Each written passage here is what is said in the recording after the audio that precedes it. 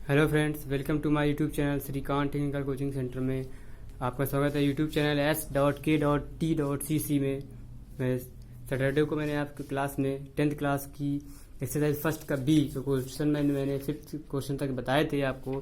तो आज मैं आपको 6 नंबर क्वेश्चन बताने जा रहा हूँ। तो आप लोग देखिएगा और बताइएगा कैसा लगता है, और हमारे चैनल को लाइक कीजिए, सब्सक्राइब कीजिए और शेयर भी कीजिए और कमेंट भी कीजिए। जो आपको अच्छी लगे वो भी, ना लगे तब भी अगर कोई चीज़ हमारी गलती हो तो उसको भी बताइएगा, ठीक है। तो देखते हैं 6 नंबर क्वेश्चन।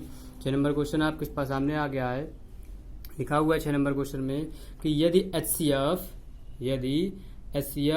225 का 60 बराबर 125 गुणा 5 माइनस का 10 x, तो x का मान बताइए।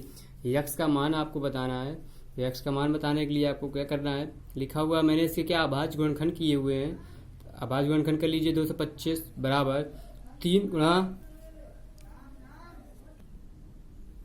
तो देखते हैं अब इसके मैंने अभाज्य गुणनखंड किए हैं। अभाज्य गुणनखंड करने पे मैंने आपको कल उस दिन बताया था कि HCF कैसे निकालना है, अभाज्य गुणनखंड कैसे निकालना है।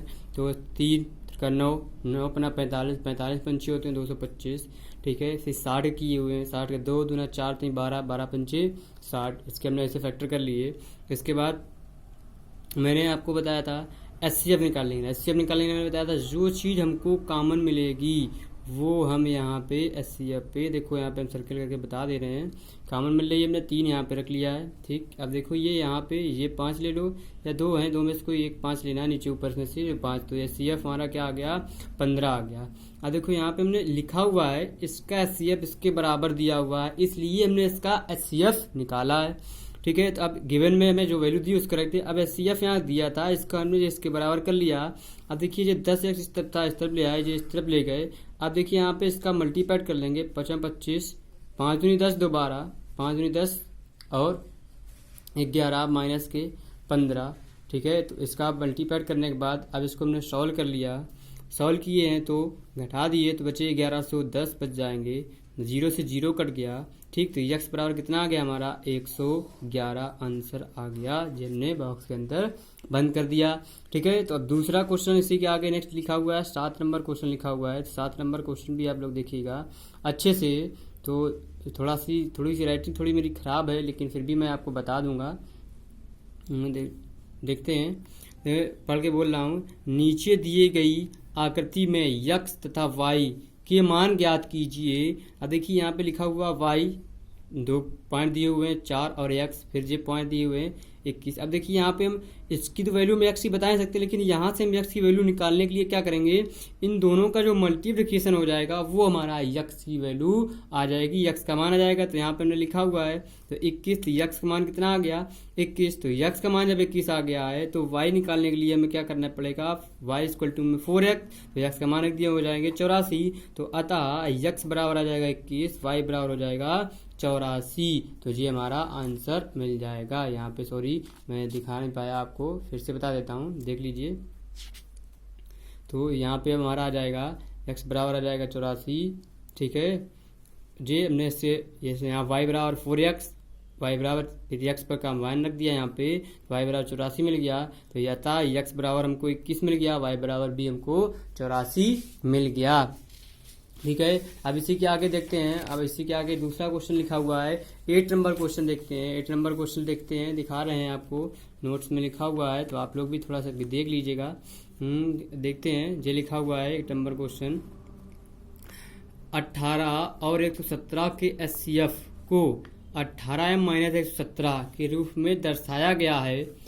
m का मान ज्ञात कीजिए, साथ ही 18 और 117 का LCM भी ज्ञात कीजिए। अब देखिए इसमें से 2 चीज़ निकालनी है तुमको, आप लोगों को। तो यहाँ पे गिवन पे हमने लिखा है HCF, इतने का HCF कितना दिया, इतना दिया है, और आस्क में पूछा है LCM इतने का और m का मान बताना है, ठीक है। देखते हैं, m का मान अभी हम बताएंगे, अभी हम लोग बताते हैं। तो बताते कैसे हैं, तो देखते हैं, लिखा हुआ है। अब देखिए हम 18 के अभाज्य गुणनखंड करेंगे तो 18 के हो जाएंगे 2 3 6 त्रिक 18, 117 हो जाएंगे 3 त्रिका 9, 9 और 13 99 कितने होते हैं 117। अब इन दोनों का एचसीएफ सब निकालेंगे तो कितना मिलेगा। हमने बताया था जो चीज हमको कॉमन मिलेगी वही एचसीएफ में रखते हैं, जो सेम होगी ऊपर नीचे दोनों में। देखो इसमें 3 3 सेम था, इस वजह से 9 मिल गया। ठीक है, अब इसके साथ साथ हमने इसका क्या एचसीएफ, अब देखिए जो एचसीएफ इज इक्वल टू में जो हमको गिवन था, गिवन है, गिवन मतलब दिया है इतने बराबर, तो यहाँ रख देंगे, इसकी जगह पे वैल्यू रख ली हमने 9, तो यहाँ पे, और इसको इस तरफ ले आया तो कितना हो जाएगा हमारा 109 प्लस 117 जोड़ दिए 26, 18 7 कितने होते हैं हमारे 126। तो 7 आंसर आ गया, जी हमारा एम का मान मिल गया। अब हमको निकालना था एम के बाद निकालना था क्वेश्चन में इन दोनों संख्याओं का एलसीएम भी ज्ञात करना था।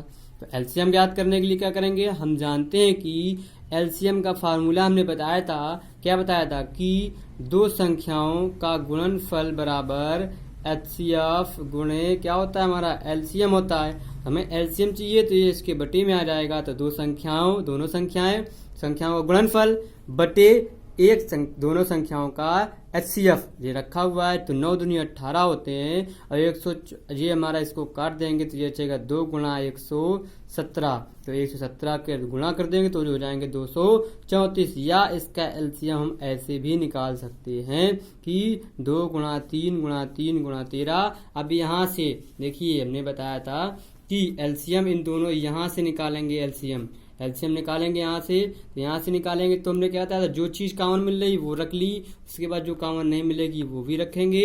और जी यहाँ पे हमको 13 भी कॉमन नहीं मिल रहा, सॉरी जी यहाँ से ऐसे मैच करना था, ये गलत मैच हो गया है। ठीक है, तो ये 13 आ जाएगा, तो इसका गुणा 234 ऐसे भी निकाल सकते हैं। तो जब देखते हैं 8 नंबर क्वेश्चन समझ में आ गया। इसके बाद देखते हैं 9 नंबर क्वेश्चन लिखा हुआ है, जांच कीजिए कि क्या किसी प्राकृत संख्या n के लिए संख्या 6 की पावर n अंक 0 पर समाप्त हो सकती है। जी हमको बताना है, तो हो सकती है, देखते हैं अभी होती कि नहीं होती है। लिखा है, हम जानते हैं कि 6 के अभाज्य गुणनखंड बराबर 2 गुणा 3 होते हैं, अभाज्य गुणनखंड जी हो जाएंगे। अतः 6 की पावर n के गुणनखंड करेंगे 2 की पावर n 3 की पावर n।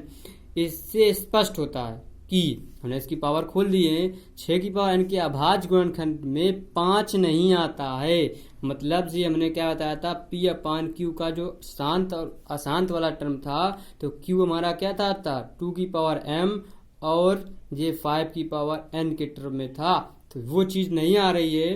अतः 6 की पावर n का 5 एक अभाज्य गुणनखंड है। यह संभव है क्योंकि इसके गुणनखंड में केवल 2 ही संख्याएं 2 तथा 3 के घात होंगे।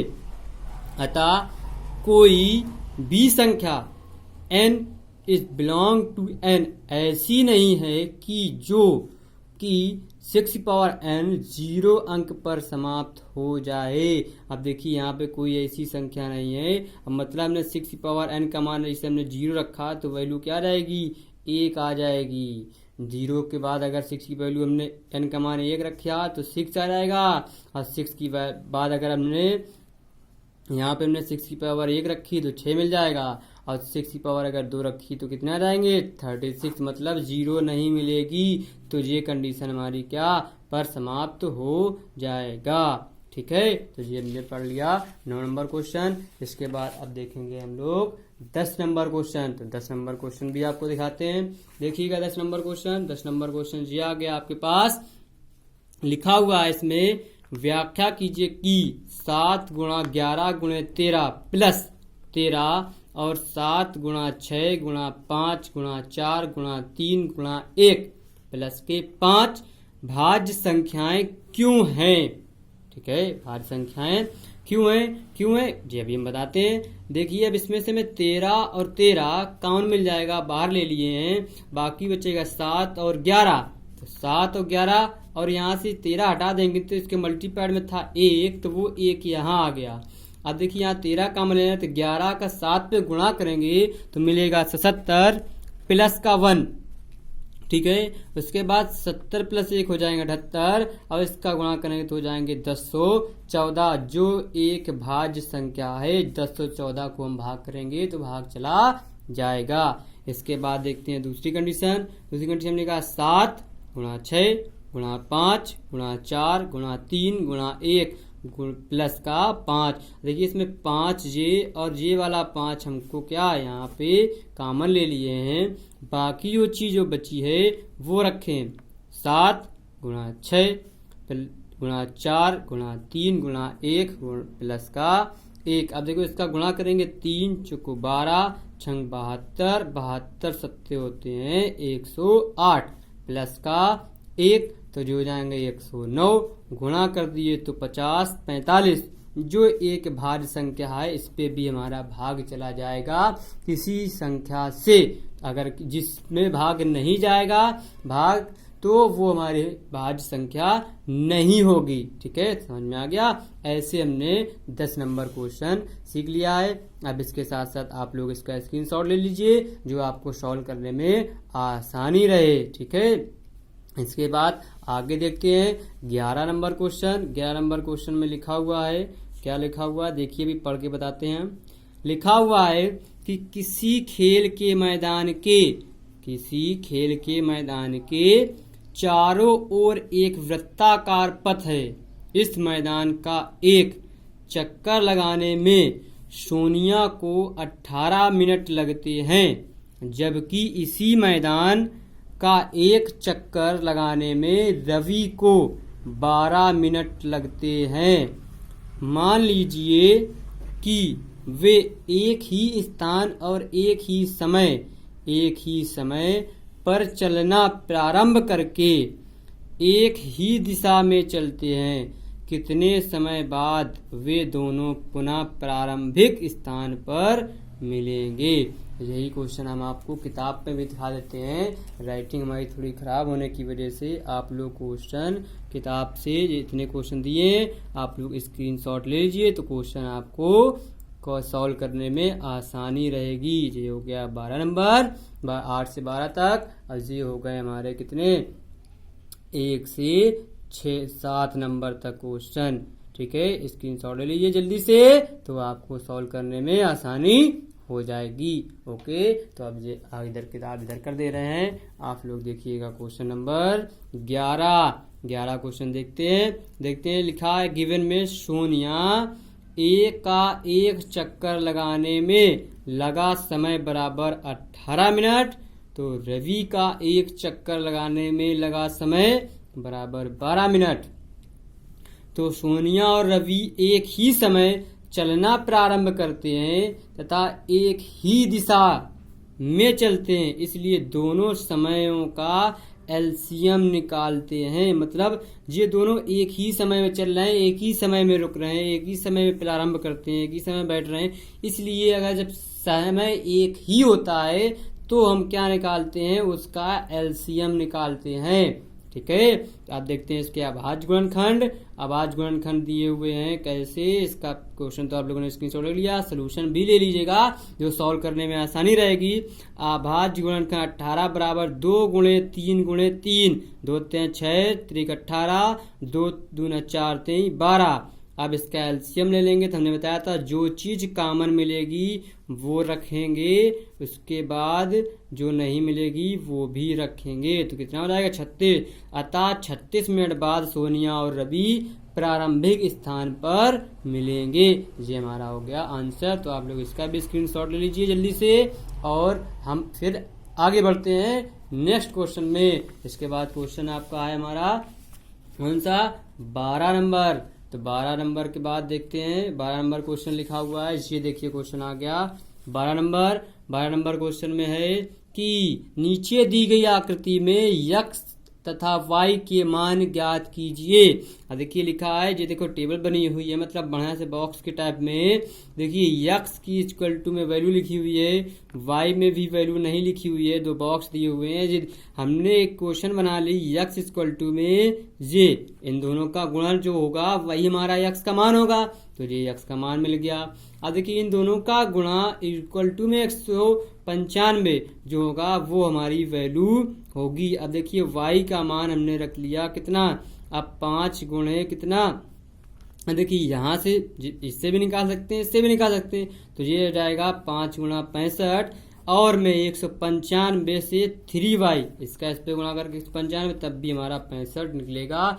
दोनों कंडीशन आपको बता दी गई, इसलिए इस क्वेश्चन का भी स्क्रीनशॉट ले लीजिए जो आपको सॉल्व करने में आसानी रहेगी। और स्क्रीनशॉट ले लियो तो हम आगे बढ़ते हैं 13 नंबर क्वेश्चन पे। 13 नंबर क्वेश्चन ये आ गया। 13 और 14 एक साथ क्वेश्चन दिए हुए हैं, इनको भी आपको सॉल्यूशन पढ़ना है। देखिए 13 नंबर क्वेश्चन लिखा है, व्याख्या कीजिए कि 7 गुणे 13 गुणे 11 प्लस के 11 और 7 गुणे 6 गुणे 5 गुणे 4 गुणे 3 गुणे 2 गुणे 1 प्लस के 3 भाज्य संख्याएं क्यों हैं। अब देखिए लिखा हुआ है, इसकी कंडीशन फर्स्ट दी है। अब इसमें देखिए 11 और 11 कौन मिल रहे हैं, ले लिया। बचेगा 7 गुणे 13 प्लस का 1, तो दिया जाएगा 91 प्लस का 1 हो जाएंगे 92। इसका करेंगे तो हो जाएगा गुणा 1012। ठीक, तो ये 1012 एक भाज्य संख्या है, मतलब इस पे हमारा भाग चला जाएगा। फिर दूसरा लिखी हुई दूसरी कंडीशन 7 गुणे 6 गुणे 5 गुणे 4 गुणे 3 गुणे 2 गुणा 1 प्लस के 3। ठीक, तो 7 6 5 4 3 2 गुणा 1 प्लस 3। तो अब इसके साथ साथ हमें दिया हुआ है 3 गुणे 3 कामन ले लिए, 7 गुणे 6 गुणे 5 गुणे 4 गुणे 3 2 गुणे 1 प्लस का 1 कामन ले लिए। इसके बाद इसका जब गुणा किए तो आ गया 1680, 2 चौको 8 45 4 संग 24 24 सत्ते 168 और 1 0 1680 प्लस का 1 1681 में गुणा करेंगे तो 5043, जो एक भाज्य संख्या है ये भी हमारी भाग चला जाएगा। इस वजह से ये दोनों हमारे आंसर मिल गए हमको। अब देखते हैं 14 नंबर क्वेश्चन, ये भी लिखा हुआ है, 14 भी देख लेते हैं। यहीं पे दोनों का स्क्रीनशॉट ले लीजिए आप लोग, तो सॉल्व करने में आसानी रहेगी। तो ले लिए होंगे, तो अब हम बताते हैं 14 नंबर क्वेश्चन आपको। 14 नंबर क्वेश्चन लिखा है, एक्स वाई जेड के मान बताओ जो एक्स इतना और वाई इतना और जेड इतना। तो एक्स का मान निकालने के लिए हमने बताया था इन दोनों का गुणनफल, देखो हमने गुणा कर दिया, वो एक्स का मान मिल गया। y के लिए 3y या इन दोनों का गुणा करते हैं या इसका इस पे गुणा करके इस पे भाग देते हैं। तो हमने लिख लिया 3y इक्वल टू 3381, फिर भाग दिए तो क्या रहेगा 1227 मिल गया। भाग दे सकते हैं, भाग देना आपको पता होगा। 3 एकम 3 3 एकम 3 3 दूना 6 3 सत्ते 21। अब देखिए 7z इक्वल टू में 161, तो z इक्वल टू आ जाएगा 23। ये हमारे आंसर आ गए। इसी के साथ साथ आपकी फर्स्ट एक्सरसाइज प्रश्नावली 1B समाप्त होती है। इसके लिए आपको ये वाली एक्सरसाइज फिनिश हो गई है। अब आपको कल 1C एक्सरसाइज पढ़ाई जाएगी, इसके बारे में आप लोग थोड़ा सा पढ़िएगा। नहीं पढ़िएगा तो हम बताएंगे, नोट्स भी बताएंगे और इसके पॉइंट्स भी बताएंगे, और फिर उसके बाद सवाल भी, जैसा कि हम अभी तक लेक्चर में कर रहे थे। एक्सरसाइज स्टार्ट होने के पहले फार्मूले पॉइंट्स जो थे उसको बताए जा रहे थे, इसके बाद आपको क्वेश्चन। इसलिए बाय बाय, और हमारे चैनल को सब्सक्राइब कीजिए, शेयर कीजिए और लाइक कीजिए, और ज़्यादा से ज़्यादा लोगों को शेयर कीजिए और बताइए कि सभी को कि यहाँ पे डॉक्टर मनोहर की फ्री लाइव क्लासेस चल रही हैं। लाइव तो नहीं चल रही हैं, लेकिन कुछ समय बाद लाइव भी चलेंगी, और साथ ही साथ आज आप लोगों के लिए फिजिक्स भी स्टार्ट होने वाली है। ठीक है, तो बाय बाय।